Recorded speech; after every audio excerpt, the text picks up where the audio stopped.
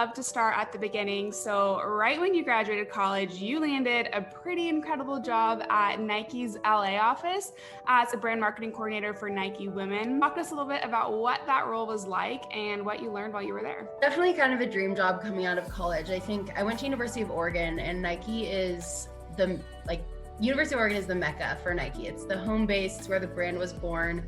And there's tons of kids from Portland, and a lot of people in my classes wanted to work for Nike, but it didn't really ever feel like an attainable goal to me because I didn't know people there. I wasn't from Portland. I wasn't connected to the brand. And so never really said it out loud, but I was like, yeah, that'd be amazing. But I didn't want to move to Portland really. I wanted to come home to Southern California.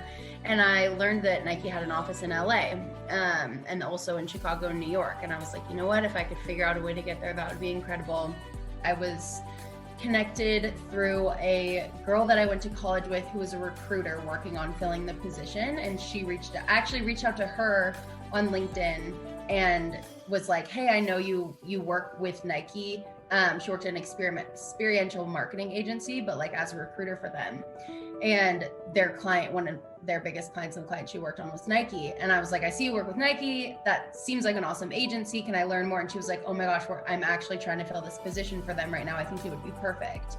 And I ended up getting it. Very grassroots. It was a perfect entry-level opportunity. It was, I'd say, challenging for me. I was a public relations major and I had a couple marketing internships. So I was pretty well versed in that industry, but I hadn't done a ton of grassroots marketing for like a very specific niche audience, which is what I was working on. But Nike had just built a studio in Orange County actually, and they needed somebody to program the studio out. So that was pretty much my number one KPI and goal that I was supposed to work on, was like, how many classes can we get a week? How many people can we fill in those classes? It was very fitness heavy and very women centric.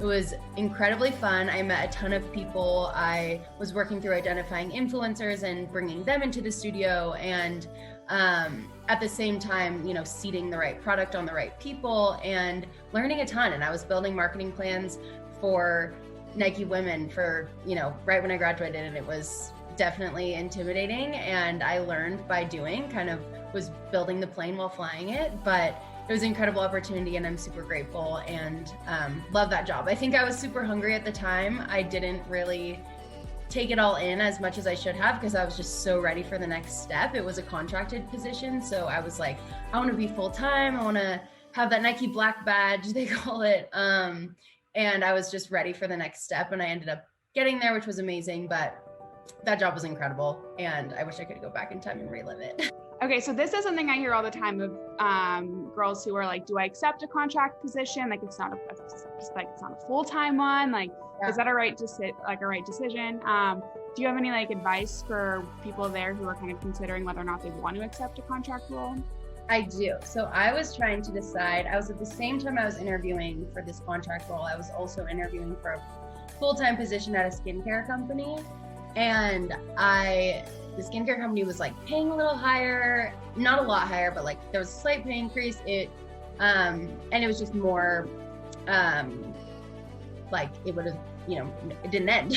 And more security. Yes, thank you. More security. And so my gut was like, I want Nike. I want this job. This is a dream. I don't care if I'm unemployed in 6 months, whatever. But my brain was like, that's stupid. You never know what could happen. And I took the risk, and I'm the biggest believer in doing that. I think it all works out the way that it's supposed to. And if you work your ass off, you're going to land a full-time position, whether it's at the company or through somebody else you meet by working in that job. It's never going to close any doors. And I think settling for something just because it's safe is okay, but taking a leap of faith and doing something that really lights your heart on fire and points you in the direction you want to go is always the better move, in my opinion. And that was what I did. And I absolutely would not be where I am today had I not made that decision. So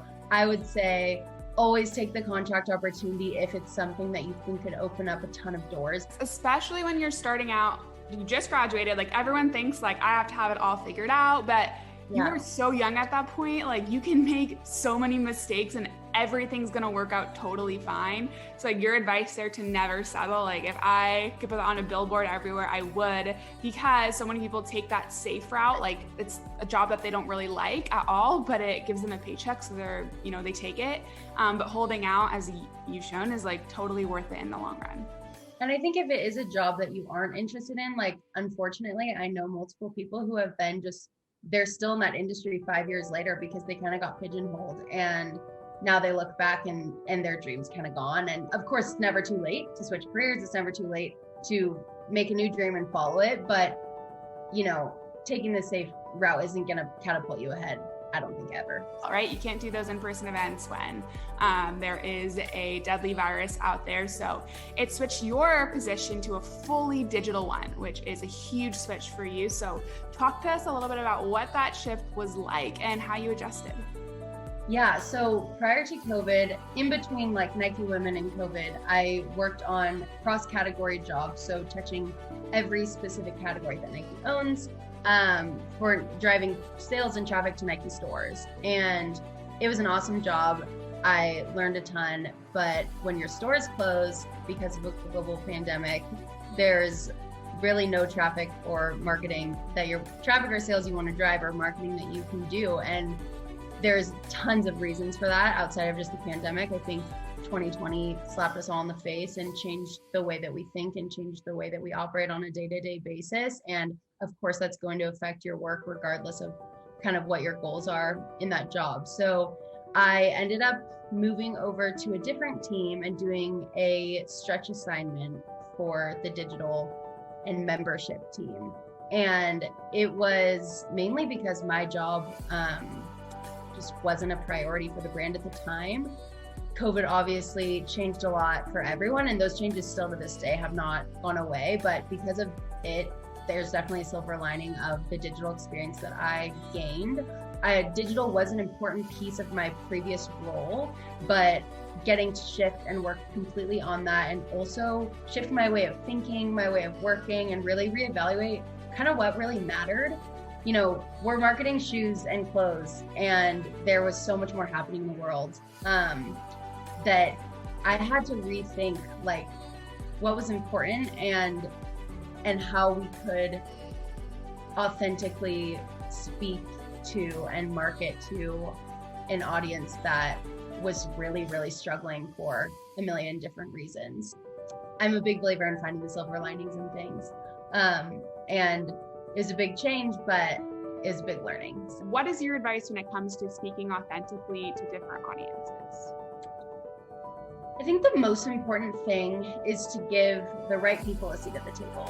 If you are trying to reach an audience that you are not authentically connected with, bring somebody in that is, and allow them to tell you how they want to be spoken to, but more importantly, give them an opportunity to own that body of work and find the right way to speak to that audience. The main goal is to inspire people. And I'm so proud to be a part of one of the most inspirational companies on the planet.